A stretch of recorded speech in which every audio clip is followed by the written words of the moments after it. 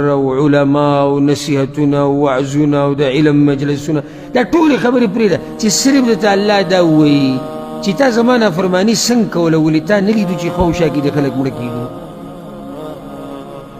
دکه یو خبره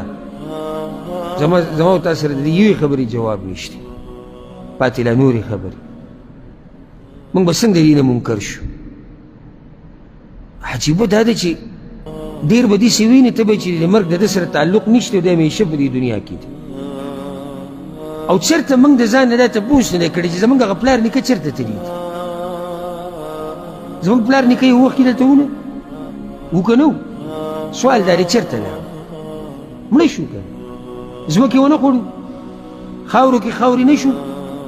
دقه شان موت ته هم د چا په پلارانو او نیکونو کې راځو زما او ستا پلار نیکه په قیسو کې نه دی پاتې موږ